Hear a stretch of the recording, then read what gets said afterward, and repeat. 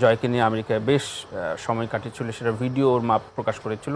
তখন বাংলাদেশে এসে বলেছিল শেজাদকে নিয়ে একটা দারুণ মেমোরিজ আমি দেব। এটা তো আসলে আমিও দেখতে পাইনি, এটা আমি দেখতে পাইনি, কারণ আমি চাই তানভীর ভাই যে বাবা হিসেবে সে তার বাচ্চাদের সাথে সেই সম্পর্কটা সবসময় থাকুক। এবং একদম।